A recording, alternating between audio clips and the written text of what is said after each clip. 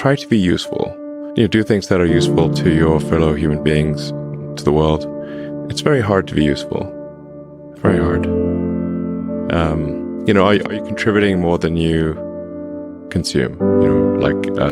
Try to have a positive net contribution to society.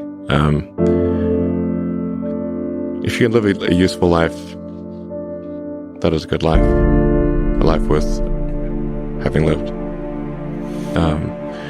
And like I said, I would encourage people to use the mental tools of physics and apply them broadly in life.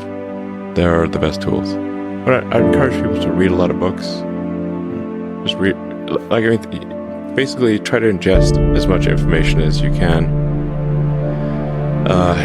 and try to also just develop a good general knowledge.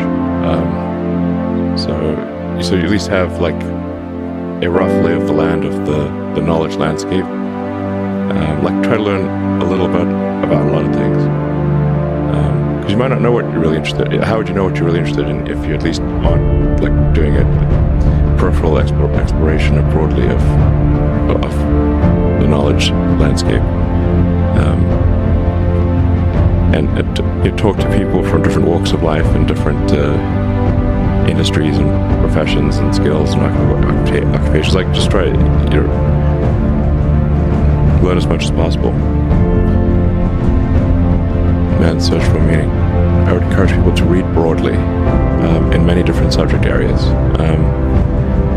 and then try to find something where there's an overlap of your talents and what you're interested in. Some people may be good at something, or they may have skill at a particular thing, but they don't like doing it. So you want to try to find this thing where that's a good combination of the things that you're inherently good at, but you also like doing. Well, you got to learn about things somehow. So reading a broad range, but just really read it. And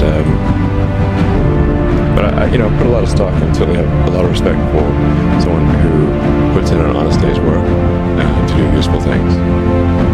And just generally to have not a zero-sum mindset, or have more of a grow the pie mindset.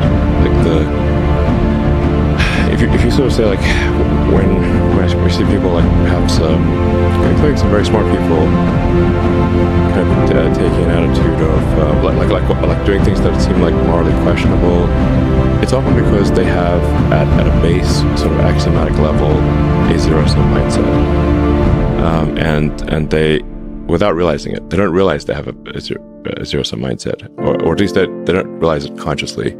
And so if you have a zero-sum mindset, then the only way to get ahead is by taking things from others.